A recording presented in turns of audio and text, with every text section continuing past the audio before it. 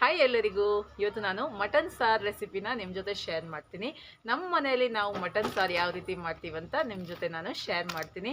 ನನ್ನ ರೆಸಿಪೀಸ್ ಎಲ್ಲ ನಿಮಗೆ ಇಷ್ಟ ಆಗ್ತಾ ಇದ್ರೆ ಪ್ಲೀಸ್ ವಿಡಿಯೋಗೊಂದು ಲೈಕ್ ಕೊಡಿ ಹಾಗೂ ವಿಡಿಯೋವನ್ನು ಶೇರ್ ಮಾಡಿ ನನಗೆ ಸಪೋರ್ಟ್ ಮಾಡಿ. ಬನ್ನಿ ರೆಸಿಪಿನ ಸ್ಟಾರ್ಟ್ ಮಾಡೋಣ. 1 kg ಮಟನ್, ಇದನ್ನು ಕ್ಲೀನ್ ಮಾಡೋಣ.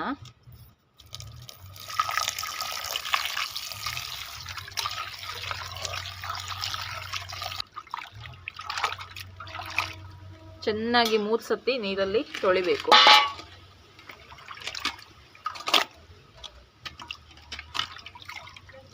ಸ್ವಲ್ಪ ತೆಂಗಿನೆಣ್ಣೆ, 1 ಟೇಬಲ್ ಚಮಚದಷ್ಟು, 8 ಗಿಡ್ಡ ಮೆಣಸು, 5 ಉದ್ದ ಮೆಣಸು. ಮೆಣಸು ನೀವು ಹೆಚ್ಚು ಕಡಿಮೆ ಮಾಡ್ಬೋದು.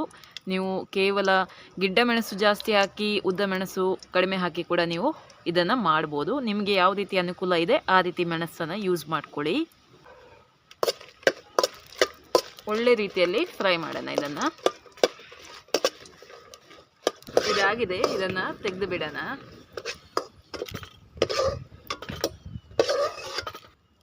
ಮೂರು ಚಮಚ ಕೊತ್ತಂಬರಿ ಬೀಜ, 1 ಚಮಚ ಸೋಂಪು, 1 ಚಮಚ ಜೀರಿಗೆ, 1 ಚಮಚ ಕರಿಮೆಣಸು, ಸ್ವಲ್ಪ ಇಡೀ ಗರಂ ಮಸಾಲೆ, ಚಕ್ಕೆ, ಏಲಕ್ಕಿ 2 ಹಾಗೂ ಲವಂಗ 6ರಿಂದ 8, 1 ಪಲಾವ್ ಎಲೆ ಹಾಗೂ 1 ಜಾಯಿಕಾಯಿ ತುಂಡನ್ನು ತಗೊಂಡಿದ್ದೀನಿ.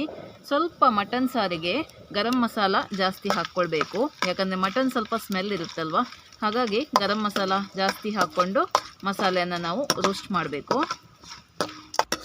ಇದಾಗಿದೆ, ಇದನ್ನು ತೆಗೆದು ಬಿಡೋಣ. 1 ಈರುಳ್ಳಿನ ಹಾಕ್ತಾಯಿದ್ದೀನಿ, 6ರಿಂದ 8 ಬೆಳ್ಳುಳ್ಳಿ, ಹಾಗೆ 2 ಕರಿಬೇವಿನ ಸೊಪ್ಪನ್ನು ಹಾಕ್ತಾಯಿದ್ದೀನಿ.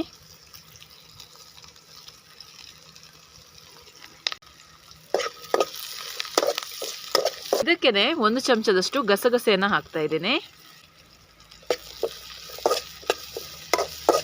ನೋಡಿ, ಇದು ಚೆನ್ನಾಗಿ ಫ್ರೈ ಆಗಿದೆ, ಇದನ್ನು ತೆಗೆದು ಬಿಡೋಣ. ತೆಂಗಿನೆಣ್ಣೆ 1 ಟೇಬಲ್ ಚಮಚದಷ್ಟು, 1 ಈರುಳ್ಳಿ, ಸ್ವಲ್ಪ ಈರುಳ್ಳಿ ಸಾಫ್ಟ್ ಆಗಲಿ, 2 ಕರಿಬೇವಿನ ಸೊಪ್ಪು, ಹಾಗೆ 3 ಹಸಿಮೆಣಸಿನ್ಕಾಯಿ. ಖಾರ ಜಾಸ್ತಿ ಬೇಕಿದ್ರೆ ಜಾಸ್ತಿ ಹಾಕ್ಕೊಳ್ಬೋದು. ಹಾಗೆ ನೋಡಿ, 1 ಚಿಕ್ಕ ಟೊಮೆಟೊನ ಹಾಕ್ತಾ ಇದ್ದೀನಿ. ಈಗ ಈ ಮಸಾಲೆ ಎಲ್ಲ ಒಳ್ಳೆ ರೀತಿಯಲ್ಲಿ ಸಾಫ್ಟ್ ಆಗಬೇಕು. ನೋಡಿ, ಇದಕ್ಕೆ 1.5 ಇಂಚಷ್ಟು ಶುಂಠಿಯನ್ನು ಕೂಡ ಹಾಕ್ತಾ ಇದ್ದೀನಿ.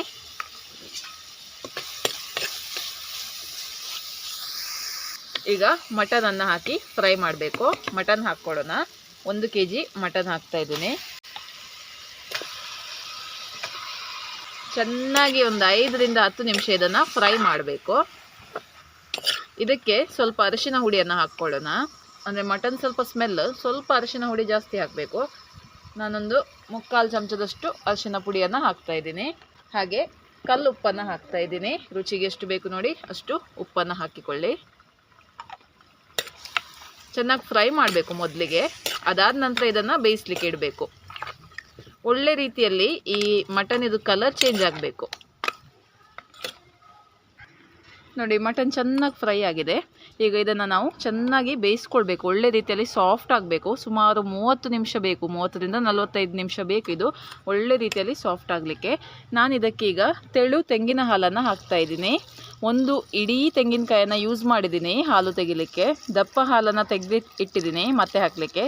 ಈಗ ತೆಳು ಹಾಲನ್ನು ಹಾಕಿ ನಾನು ಇದನ್ನು ಬೇಯಿಸ್ತಾ ಇದ್ದೀನಿ. ನೀವು ನೀರಲ್ಲಿ ಕೂಡ ಬೇಯಿಸ್ಬೋದು, ಆದರೆ ಈ ರೀತಿ ಒಮ್ಮೆ ಟ್ರೈ ಮಾಡಿ ನೋಡಿ, ಒಳ್ಳೆಯದಾಗ್ತದೆ ಸಾರು. ಒಳ್ಳೆ ರೀತಿಯಲ್ಲಿ ಮಟನ್ ಬೇಯಲಿ.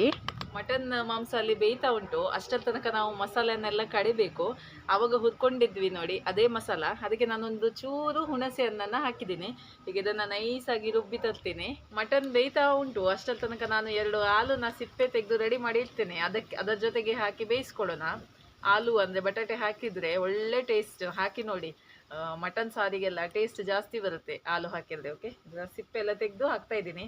ಬೇಕಿದ್ರೆ ನೀವು ಇದನ್ನು ಸಪ್ರೇಟಾಗಿ ಬೇಯಿಸ್ಕೊಂಡು ಮತ್ತೆ ಕೂಡ ಹಾಕ್ಕೊಳ್ಬೋದು, ಅಥವಾ ಜೊತೆಗೇ ಬೇಯಿಸ್ಕೊಳ್ಬೋದು. ನಾನಂತೂ ಈಗ ಸಿಪ್ಪೆ ತೆಗೆದು ಅದರೊಟ್ಟಿಗೆ ಬೇಯಿಸ್ಲಿಕ್ಕೆ ಇಡ್ತೇನೆ. ಲಾಸ್ಟ್ ಒಂದು 50% ಇರುವಾಗ ಮಟನ್ ಬೇಯಲಿಕ್ಕೆ ಆವಾಗ ಹಾಕಿದರೆ ಆಯಿತು ಕಟ್ ಮಾಡಿ. ಈಗ ಒಂದು ಆಲ್ಮೋಸ್ಟ್ 50% ಅದು ಬೆಂದಿದೆ, ಇನ್ನೊಂದು 50%. ಮಟನ್ ಮಾಂಸ ಚೆನ್ನಾಗಿ ಬೇಯಿಸಬೇಕು, ಅರ್ಜೆಂಟೆಲ್ಲ ಮಾಡಲಿಕ್ಕಿಲ್ಲ. ಕುಕ್ಕರಲ್ಲಿ ಮಾಡೋದಾದರೆ ಮಾಡ್ಬೋದು, ಬಟ್ ಹೊರಗಡೆ ಈ ರೀತಿ ಮಾಡಿದರೆ ಟೇಸ್ಟ್ ಜಾಸ್ತಿ. ಕುಕ್ಕರ್ಗಿಂತ ಈ ರೀತಿ ಹೊರಗಡೆ ನಮ್ಮದು ಮಣ್ಣಿನ ಪಾತ್ರೆಯಲ್ಲೆಲ್ಲ ಮಾಡಿದರೆ ಟೇಸ್ಟ್ ತುಂಬ ಜಾಸ್ತಿ. ಹಾಗಾಗಿ ನಾನು ಹೊರಗಡೆ ಮಾಡ್ತಾ ಇರೋದು. ನೋಡಿ, ಮಟನ್ ಈಗ ಸುಮಾರು 50% ಅಷ್ಟು ಬೆಂದಿದೆ. ಈಗ ಆಲೂನ ಹಾಕ್ತಾ ಇದ್ದೀನಿ. 2 ದೊಡ್ಡ ಆಲೂನ ಹಾಕ್ತಾ ಇದ್ದೀನಿ. ಚೆನ್ನಾಗಿ ಬೇಯಲಿ ಇನ್ನು.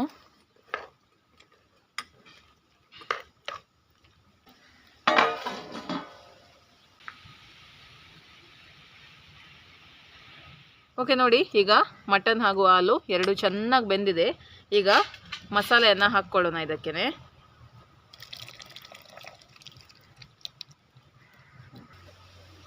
ಇದು ಒಂದು ಒಳ್ಳೆ ಕುದಿ ಬರಬೇಕು.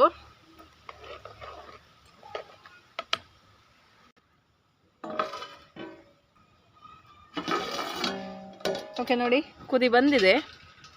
ಈಗ ಇದಕ್ಕೆ ದಪ್ಪ ತೆಂಗಿನ ಹಾಲನ್ನು ಹಾಕ್ಕೊಳ್ಳೋಣ. ಗ್ಯಾಸಲ್ಲಿ ಮಾಡೋದಾದರೆ ಇನ್ನು ಫ್ಲೇಮನ್ನು ನೀವು ಲೋ ಅಲ್ಲಿ ಇಟ್ಟು ಇದನ್ನು ಬಿಸಿ ಮಾಡಬೇಕು. ಒಂದು ಕುದಿ ಬರಲಿ.